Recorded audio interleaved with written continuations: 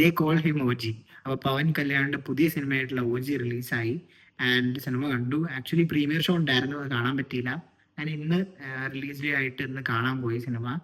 Directed by Sujith. And ഇത് കാണാനുള്ള ഒരു ബിഗ്ഗസ്റ്റ് റീസൺ എന്തായിരുന്നു എന്ന് വെച്ച് കഴിഞ്ഞാൽ, എൻ്റെ പ്ലേലിസ്റ്റിൽ ആദ്യത്തെ BGM, ഐ മീൻ ഒന്നൊന്ന് ചാർജ് ആവാൻ വേണ്ടി ഞാൻ കേൾക്കണ പാട്ടുകളിൽ ഒന്നാണ് OGയിലെ പാട്ട്. അതിന്റെ മെയിൻ റീസൺ ഇതേ പറഞ്ഞ പോലെ തമൻ കാരണമാണ് ഞാൻ ഈ സിനിമ ഇത്രയും ഹൈപ്ഡ് ആയത്. ഐ മീൻ ഈ സിനിമ കണ്ടേ പറ്റൂ ഒരു അവസ്ഥയിലൊക്കെ എത്തിയത് തമൻ കാരണമാണ്. കാരണം അതിലൊരു ഒരു ഏറ്റവും ഇഷ്ടപ്പെട്ട ഒരു സ്കോർ എന്ന് പറഞ്ഞു കഴിഞ്ഞാൽ ഓമിയുടെ ഒരു സ്കോർ ഉണ്ടായിരുന്നു. ഇപ്പൊ ഈ ഓമി എന്ന് പറഞ്ഞിട്ടുള്ള ഇതിലെ വില്ലൻ റോൾ ചെയ്യുന്ന ആളുടെ ക്യാരക്ടറുടെ പേരാണ്.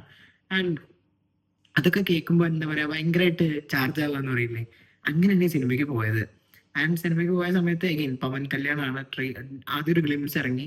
ഗ്ലിംസ് ഒക്കെ ഉഷാറായിരുന്നു. ഐ മീൻ അതിലെ കളർ ഗ്രേഡിങ്ങും കാര്യങ്ങളും അതിനടുത്ത് വെച്ചുള്ള അതിൽ കാണിച്ചുള്ള ഷോർട്സ് ഒക്കെ ഭയങ്കര ഇൻട്രസ്റ്റിംഗ് ആയിട്ടില്ല. ഐ മീൻ കാണണം, ഇത് കണ്ടേ പറ്റും എന്നുള്ളൊരു ഫീൽ തരുന്ന ഷോർട്സ് ആയിരുന്നു. ഈവൻ ട്രെയിലർ വന്നപ്പോഴും ഓക്കെ, ഒരു എന്താ പറയുക, ഡീസെന്റ് ട്രെയിലർ.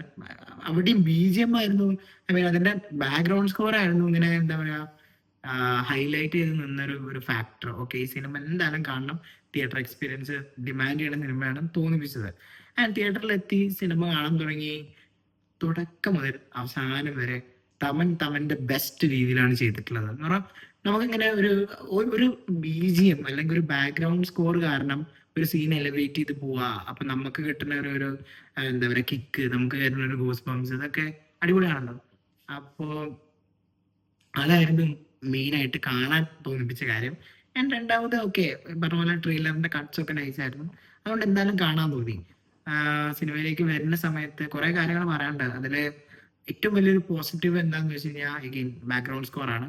സെക്കൻഡ് കാര്യം എന്ന് പറഞ്ഞാൽ പവൻ കല്യാണിനെ സ്ക്രീനിലേക്ക് കൊണ്ടുവന്ന രീതി. ഇപ്പം പല ആക്ടേഴ്സിന് പല ലിമിറ്റേഷൻസ് ഉണ്ടാവാൻ ചാൻസ് ഉണ്ട്. അപ്പം ഇതിൽ വരുന്ന സമയത്തും ഇപ്പൊ ചില ആക്ടേഴ്സിനൊന്നും ഫൈറ്റ് സൂപ്പറായി ചെയ്യാൻ പറ്റുന്നുണ്ടാവായിരിക്കില്ല. പക്ഷെ എനിക്ക് പലപ്പോഴും തോന്നിയിട്ടുണ്ട് പവൻ കല്യാണിന്റെ ഫൈറ്റ് ഒക്കെ വലിയൊരു കുഴപ്പമില്ലാത്ത രീതിയിലാണ് എടുക്കാറ്. ആൻഡ് ഇതിലേക്ക് വന്ന സമയത്ത് എനിക്ക് തോന്നുന്നു അവർക്ക് ആ റിസ്ക് എടുക്കണ്ടെന്ന് വിചാരിച്ചിട്ടായിരിക്കാം ഓരോരോ കട്ടായിട്ടാണ് ഫൈറ്റ് ഒക്കെ എടുത്ത് വെച്ചിട്ടുള്ളത്. ആൻഡ് അത് മതി. കാരണം ഇതിന്റെ ഒരു അവിടെ നടക്കുന്ന കഥയും അതിലൊരു സിറ്റുവേഷൻ എന്ന് പറഞ്ഞാൽ കുറച്ച് ഹൈ ഒക്ടീൻ ആക്ഷൻ സീക്വൻസ് ഉള്ള ഒരു രീതിയിലുള്ള കാര്യങ്ങളാണ്.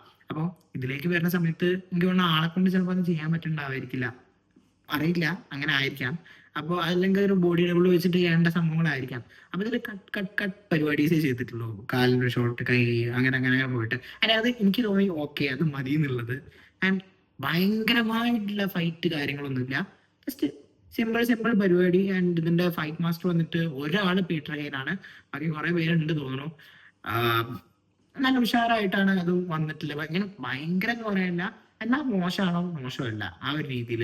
ആൻഡ് അവിടെയും നമ്മുടെ ബാക്ക്ഗ്രൗണ്ട് സ്കോർ ഒക്കെ വരുമ്പോൾ സീൻ ഭയങ്കര കളർഫുൾ ആവാണ്.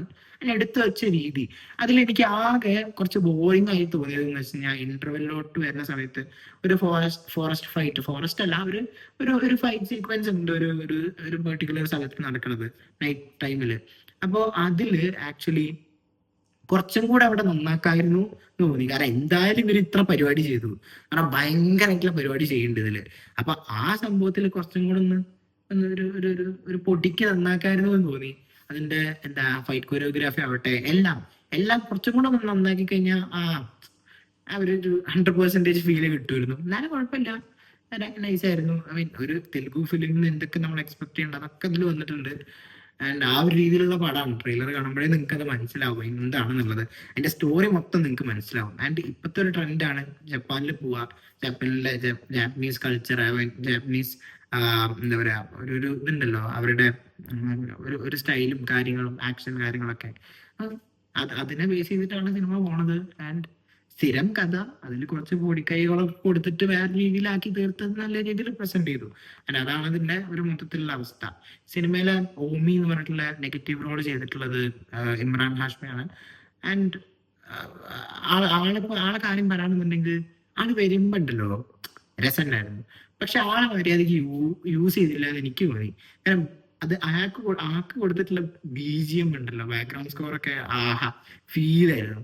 പക്ഷെ ആളെ വരുന്ന സീൻ മുതൽ ആള് പോണ സീൻ വരെ എന്തോ ഒരു 100% കിക്ക് കിട്ടിയിട്ടുണ്ടായിരുന്നില്ല. മീൻ ഒരു ഇൻട്രൊഡക്ഷൻ സീനൊക്കെ കൊള്ളായിരുന്നു, പക്ഷെ അവിടെ എന്തോ ഒരു പോരായ്മ ഉള്ള പോലെ തോന്നി. പിന്നെന്ന് പറഞ്ഞു കഴിഞ്ഞാൽ എഗൈൻ വില്ലനെ ഭയങ്കരമായിട്ട് സൈഡാക്കിയിട്ട് ആൾക്ക് വലിയ റോൾ ഇല്ലാത്ത പോലെയാണ് സിനിമ പോണത്. പക്ഷെ ആളെന്തോ സംഭവമാണ്, പക്ഷെ ഒന്നുമില്ല എന്ന് പറഞ്ഞ പോലെയാണ് സിനിമയിലേക്ക് വരുമ്പോഴുള്ളത്.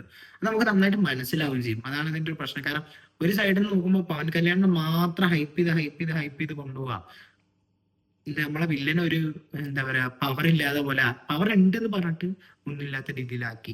ഈവൻ പവൻ കല്യാണിന്റെ കേസിലും ചില സ്ഥലങ്ങളിലുണ്ടല്ലോ ഇവര് പറയാണ് ഇങ്ങനെ സംഭവം നടക്കാൻ പോവാണ്, അങ്ങനെ വരും ഇങ്ങനെ വരും എന്നൊക്കെ പറഞ്ഞു കഴിഞ്ഞിട്ട് സീനിലേക്ക് വരുന്ന സമയത്ത് അയ്യേ ഇതിനാണ് ഇത്ര ബിൽഡപ്പ് കൊടുത്ത് ഓടിപ്പോയ ചില സീനുകൾ കേട്ടോ.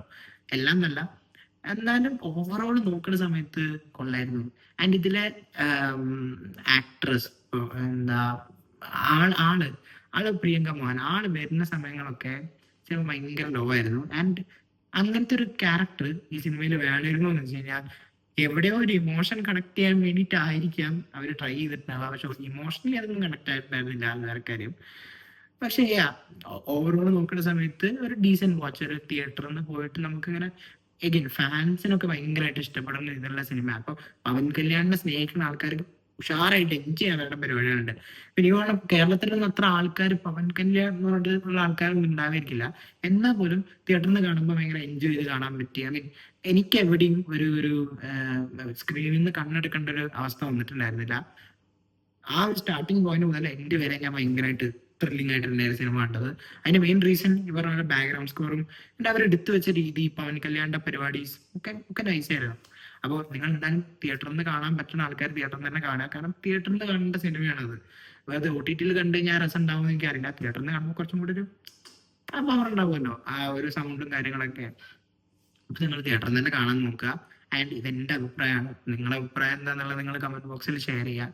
ആൻഡ് ഇഷ്ടപ്പെട്ട് കഴിഞ്ഞാൽ ഈ വീഡിയോ ലൈക്ക് ചെയ്യുക ആൻഡ് ചാനൽ സബ്സ്ക്രൈബ് ചെയ്യുക. കാരണം നമ്മൾ കുറെ ഇങ്ങനത്തെ റിവ്യൂസും കാര്യങ്ങളും ഇടും.